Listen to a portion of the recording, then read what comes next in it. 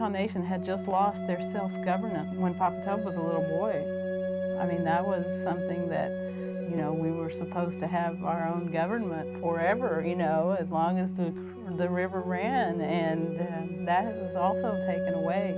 Everything that I've heard spoke of the honor of the Choctaw people, that if a person was to appear for a whipping or execution or whatever punishment, that there was no need for a jail. They would show up on the appointed day. We came into Oklahoma. We start building churches and farms and schools and stuff like that. And most of them were government schools, such as Jones Academy, Wheelock Academy. My mother attended Wheelock Academy some 70 years ago and was not allowed, severely punished, to speaking her language. This was a big period of assimilation where they wanted to get rid of anything that was Indian, whether that was a warrior tradition, speaking your language. I didn't know a word of English until I was about 4 or 5 years old, and I went to a boarding school. We were conditioned to make our language a lesser language to the English language. The family could not support the children, you know, so they put them in school to learn, to get educated in a white man's way. My father was James Edwards Sr. He was one of the original code talkers that they recruited. I come from a boarding school, and I know all the boys would get together once in a while, different tribes, and they all talked, even though they were discouraged from talking and using their native language. Why something that was so much a part of me, something that was my sovereignty, could be taken away. But I was a child. I could not understand that, and my parents could not explain, or maybe perhaps they didn't understand either. I knew then that when you take away the communication skill of a people, that you have weakened them. That I knew that something was wrong because it affected my whole family. It wasn't until just recently that they were allowed to speak their native language in Oklahoma. It had to go through, finally the state school superintendent allowed Choctaw back into the curriculum, and that's only been in the last several years. I did speak fluently until I was about 9 years old. My grandmother died, and I had no one to talk to. The only thing I could learn was Chuckama, you know. That was how you doing. I never did know how to know the answer to that one. I still don't. At boarding schools, as soon as kids got there, they started putting them through like a military regimen on a daily basis. They had uniforms to wear, they showed up in formation, they had to have their beds made. It was very much like being in the military and living on base. Now, I know the Jones Academy trained us to march and go through all the drills that they train in the service.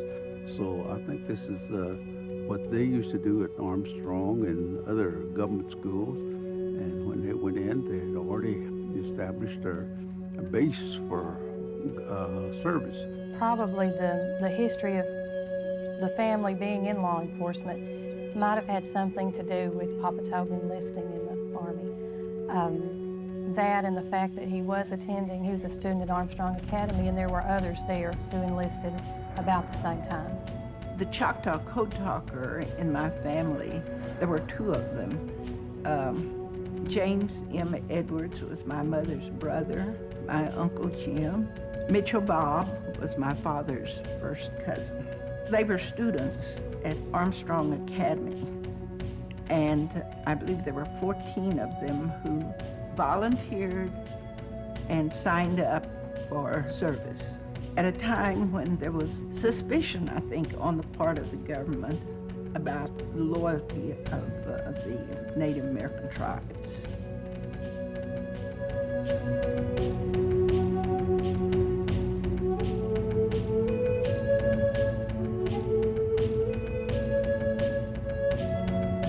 Certainly, having known about the Native American prowess on the battlefield, Otis said in his diary they had to train under the Blue Devils, which was the top-notch trainers for the American troops that came over. And that was the most hardest training that anyone could have ever went through. They had to march through snow.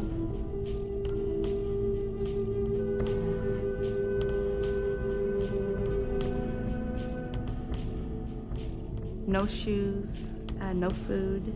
It was just really terrible. He said that any books that's written does not do the justice of the pain and the anguish that they went through over there in their training, going through training.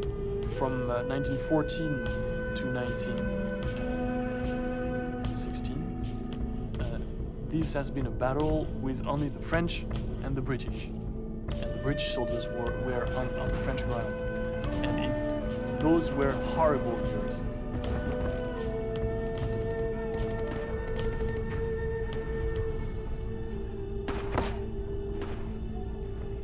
There was a real difficult time in 1917. That side lost Russia because Russia became communist. And so at that time we had just France and Britain fighting against the Germans and the Austrians. All of this was confined into the German frontline trenches and the Allied frontline trenches, which at the most was maybe a mile apart. And then men were dying inside of a trench, which is 3-4 foot wide, 7 foot deep.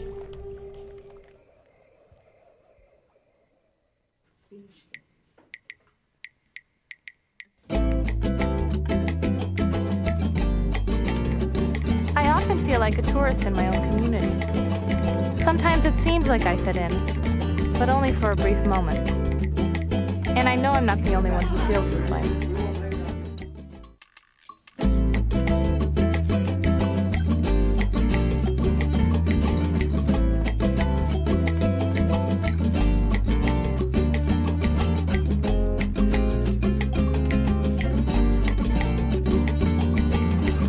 I think I blame my mom a lot for not raising me more within my culture. But I know her generation had their reasons. If you would hear that I spoke Spanish. If you sometimes tell them, are you Mexican? Oh, no, yo no soy mexicano.